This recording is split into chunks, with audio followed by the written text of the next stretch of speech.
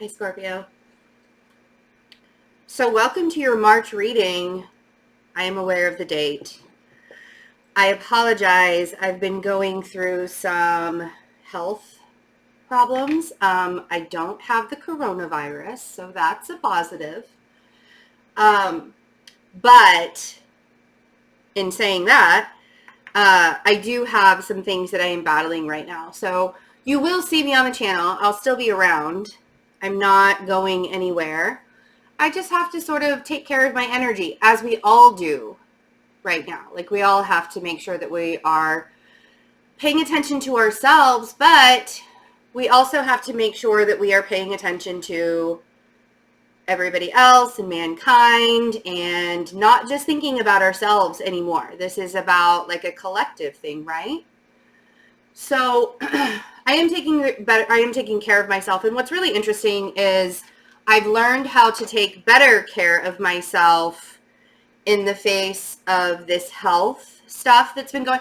It's so interesting when you start to become healthier and your body reacts in a negative way, saying you have already done all of the damage and now the healthy stuff isn't working for you. In fact, it's harming you.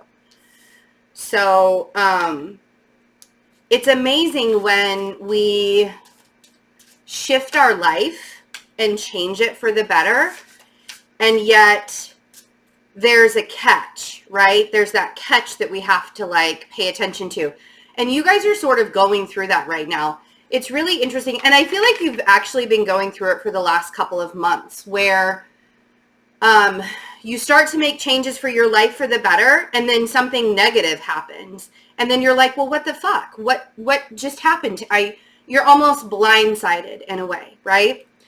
And it's really, that's like the way of, that's like the universal energy creating balance in our existence. And I hate to say it like that because I don't like negative things happening to anybody.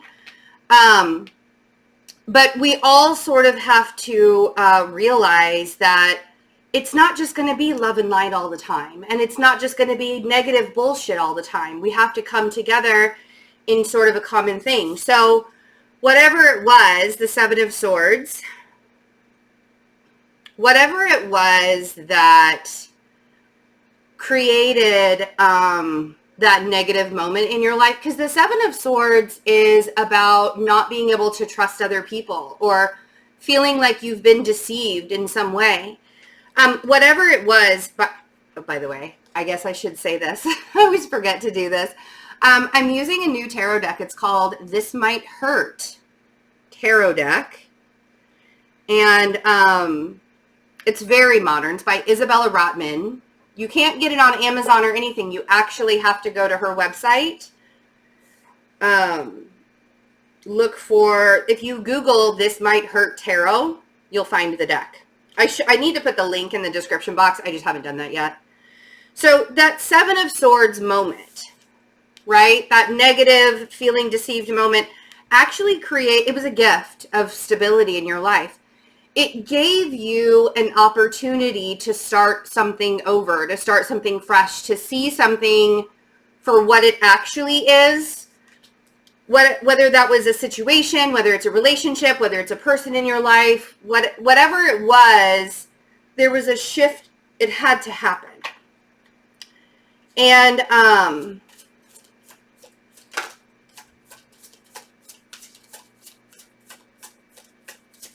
I feel like you're sort of realizing this at the strangest possible time for humanity, you know? You're like, wow, that really needed to happen in my life. I really needed something like that to happen for me to see things clearly for what it was, right?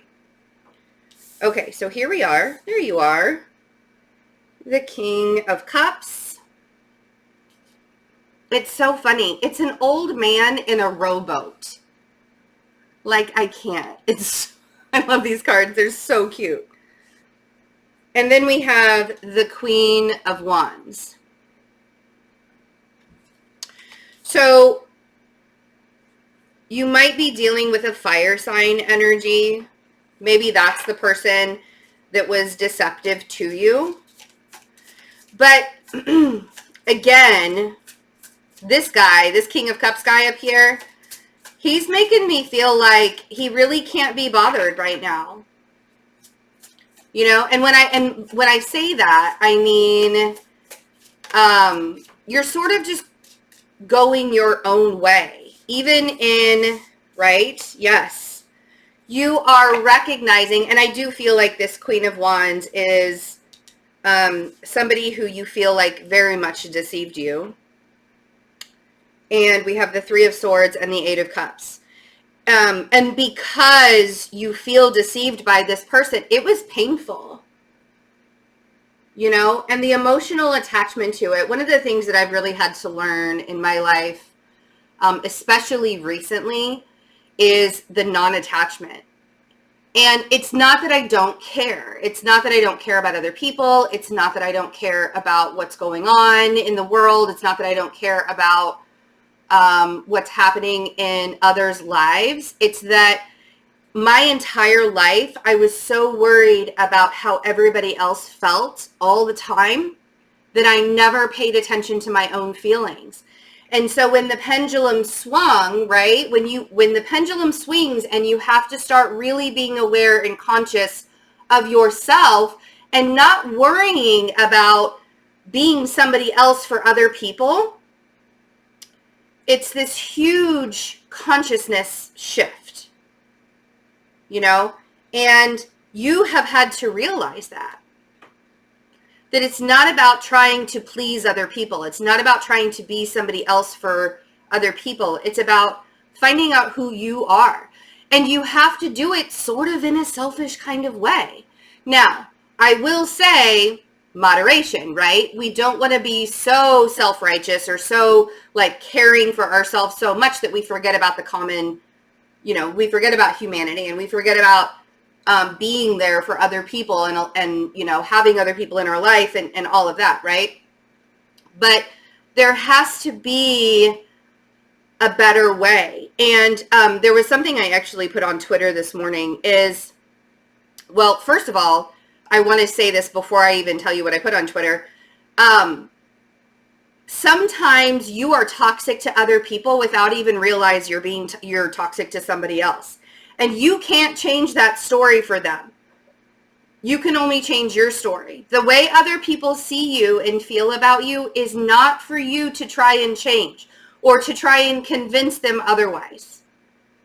You have to live your life and you have to be on your own. Therefore, allowing yourself to not attach to what other people think and feel about you.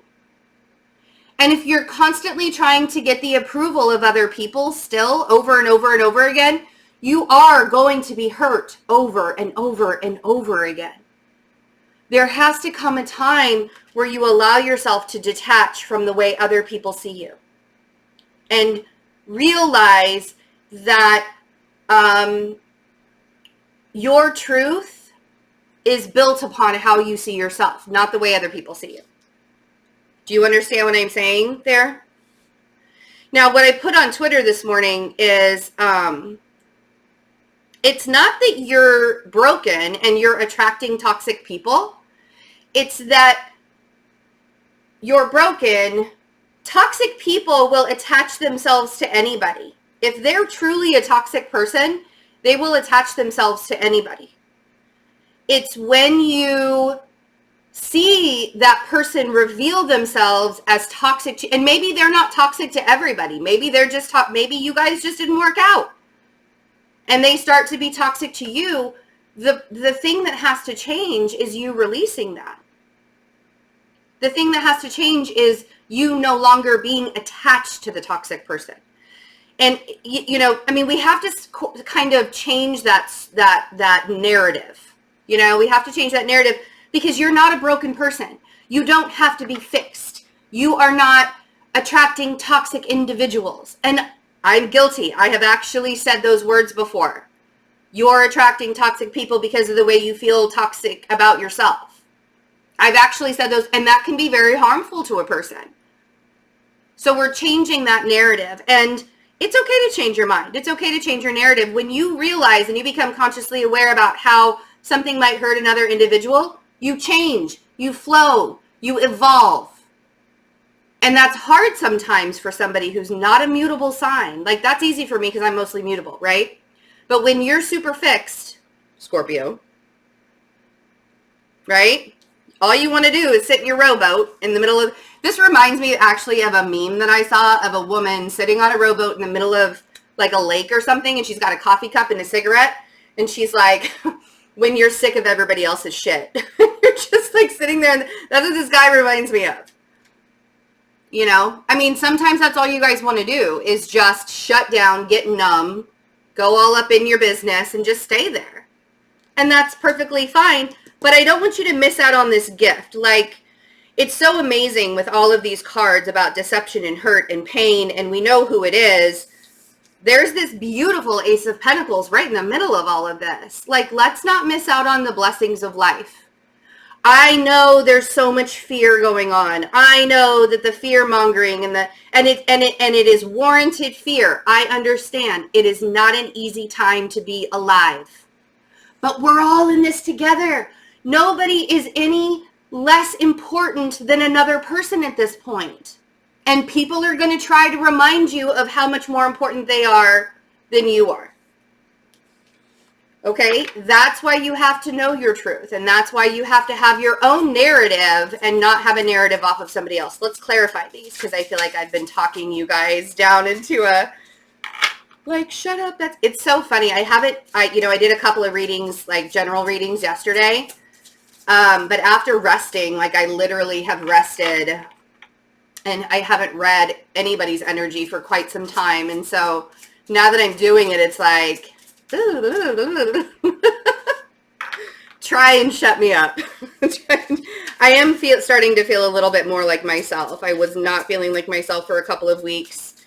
I've even never in my entire career in the last 3 years have I canceled personal readings in this manner. But I've even actually canceled, I've offered people either refunds or to postpone their readings, everybody that was scheduled in March. And I've never done that before, ever. Like, I've sort of been through some things, you know? And so, and because I'm personally going through some things and the collective is going through some things, we all have to really band ourselves together and allow ourselves to see our way through all of this. Because it can be very scary for some. Let's see what the Seven of Swords is. I want to see what this deception... I want you guys to take a deep breath.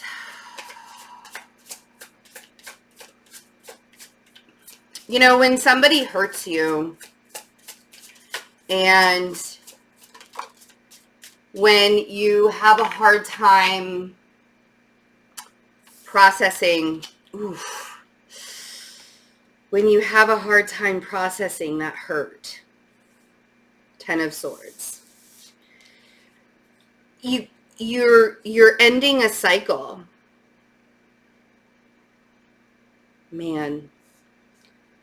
You're ending a cycle, and the reality of the ending can sometimes be more painful than what actually happens. I'm not going to take this pain away. I mean, I'm not going to take, I'm not making light of this pain. Clearly, you have been extremely hurt, and it could have been a water sign. It could have been another water sign. It could have been a fire sign. But that Ten of Swords is letting you know that the worst is over. This person cannot deceive you anymore because you're not going to allow it. This person cannot hurt you. And with that Ten of Swords, that's a completion of a cycle, right? And then we move on to the Ace of Pentacles. And maybe you had to focus on your work. Maybe that's what your focus has been in order for you to rally, in order for you to get, brush yourself off and get going. And that's totally understandable. It's 100% understandable. Hold on a second. My throat is parched. Give me a minute.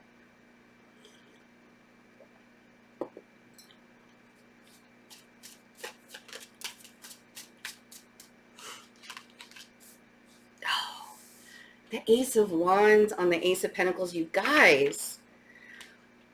And again, I'm not making light of the pain, but look at this beauty that's right behind it. Oh, the opportunity, the passion. And this is all coming from a place of inner strength that you probably thought that it was gone for a really long time.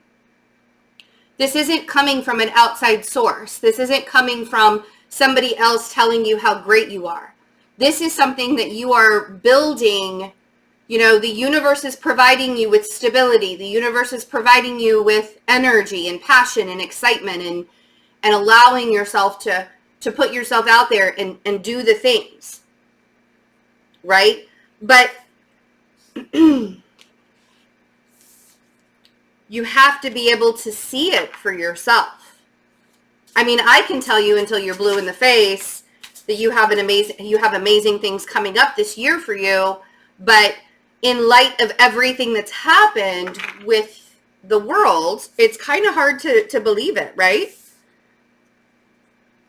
The Six of Swords, it is no coincidence that the Six of Swords is also a person in a rowboat. Moving from rough waters to calmer waters, on top of the King of Cups, who is in a rowboat. Thank you very much. And sometimes Spirit is so in your face that you have to listen.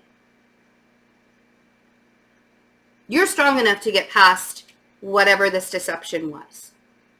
I have faith in you. I believe in you.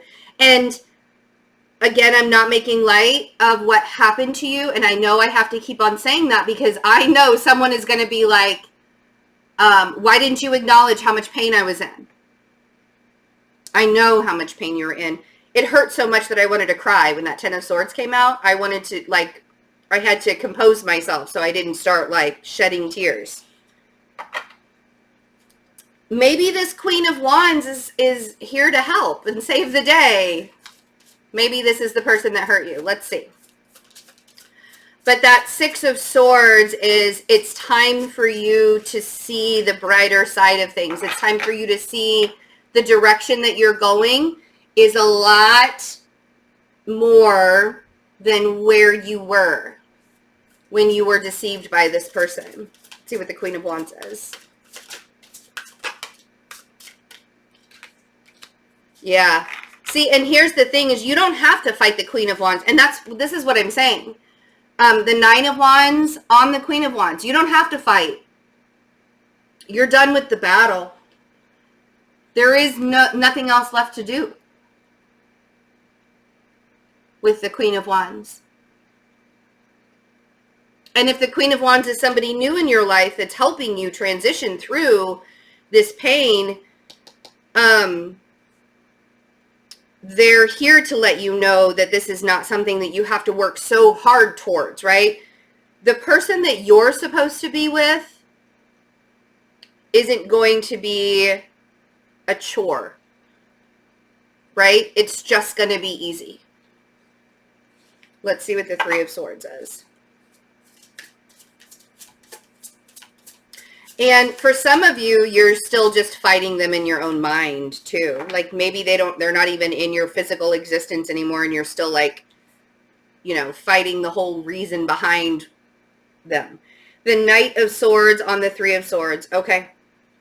So there was an argument, there was a conversation, there was something that was said, and you probably are holding on to those words. Words can be a lot more painful sometimes than anything else because memories are a very real thing.